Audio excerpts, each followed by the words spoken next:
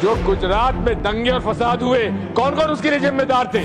26/11 के हमले में आरएसएस का हाथ था, तो अभी खड़े होकर माइक चालू कराकर बुलवा दीजिए मंडल। और जो माननीय सदस्य ने भी मेरे बारे में भी कहा है, मैं उनकी निंदा करता हूं। माननीय सदस्य सुधांशु जी ने दिग्विजय सिंह का नाम नहीं दिया, अब वो खड़े होकर गए मेरे बारे में कहा, इससे साबित हो गए। माननीय गृह मंत्री जी, आप वहां पर थे, गृह मंत्री थे जब दंगे हुए थे, तो आप लोगों का क्या रोल था ये जन जाएगा। आपकी सुनिए, अब सुनिए ना, दिग्विजय सिंह सुनिए। सुधांशु जी ने मुसलमानों के लिए कुछ नहीं किया है, इंडिया अलायंस के लिए किया है। अब मैं एक एक कर बता देता हूं। अरे सुनो ना भाई, आप सुनो तो। अरे दिग्विजय सिंह सुनिए, मैं खड़ा हूं ना अपने पैर पर। मान्यवर सुधांशु जी ने कहा इशरत जहान, यही एनसीपी पार्टी ने इशरत जहान के घर पर जाकर रुपयों का इनाम भी दिया था और उसको शहीद बताया था। दूसरा कहा अतीक अहमद किस पार्टी से थे? इंडिया अलायंस की।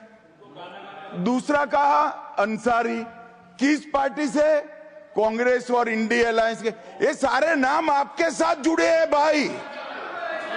उल्टा उन्होंने तो मुसलमान कम्युनिटी से तो ढेर सारे शायरों का नाम दिया जिन्होंने साहित्य की सेवा की और ढेर सारे साहित्य की रचना की। मन Sudhanshu is not yielding now. सबसे पहले मैं तमिलनाडु का जवाब देना चाहता हूं। यस सभापति महोदय, तमिलनाडु से ही डॉक्टर एपीजे अब्दुल कलाम थे और मैं सारे सदन से कहना चाहूंगा, डॉक्टर कलाम का नमाजे जनाजा और याकूब मेनन का नमाजे जनाजा एक ही दिन हुआ। कितने लोग याकूब मेनन के नमाजे जनाजा में गए और कितने डॉक्टर कलाम के नमाजे जनाजा में गए?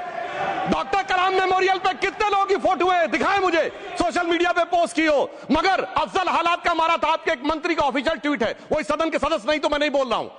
याकूब मेनन की जुडिशियल किलिंग हुई, आपके एक नेता का, मिनिस्टर का ऑफिशियल ट्वीट है, सदन के सदस्य नहीं है इसलिए नहीं बोल रहा हूं। और सर 26/11 आरएसएस ने कराया, सदन के सदस्य बैठे हुए हैं। हाफिज साहब और सुनिए, जाकिर नायक शांति का मसीहा सदन में सदस्य बैठे हुए हैं। सर किसने जोड़ा? मैं नहीं कह रहा हूं जोड़ा, हमने किससे जोड़ा मैं बताना चाहता हूं। माननीय सभापति महोदय, जो माननीय सदस्य ने बात कही है, मैं सुन रहा था डॉक्टर त्रिवेदी जी की बात। उन्होंने कहा था ऐसे मुसलमान हम लोगों के साथ हैं और वैसे मुसलमान इन लोगों के साथ है। बात यह है कि आपने जिस तरह से इस पूरी बात कही है, यह घोर आपत्तिजनक है, अपमानित करती है। और जो माननीय सदस्य ने भी मेरे बारे में भी कहा है, मैं उनकी निंदा करता हूं। Honourable home minister, honourable home minister, honourable home minister, एक second. Okay, one second, your mic will be on.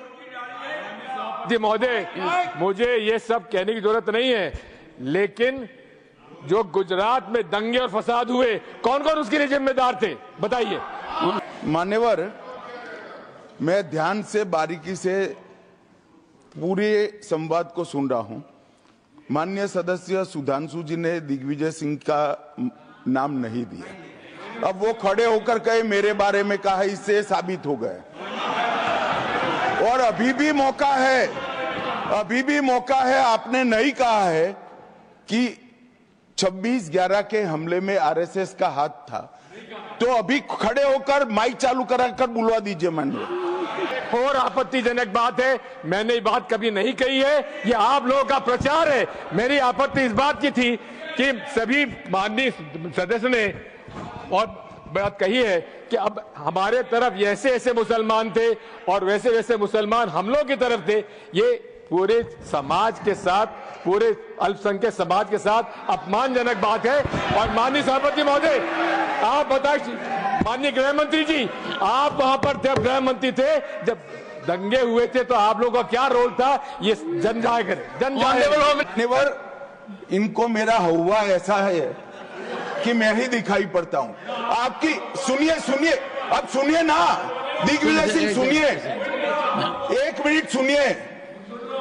दंगे शांत होने के बाद 18 महीने के बाद मैं गृह मंत्री बना, दंगा हुआ तब मैं गृह मंत्री नहीं था।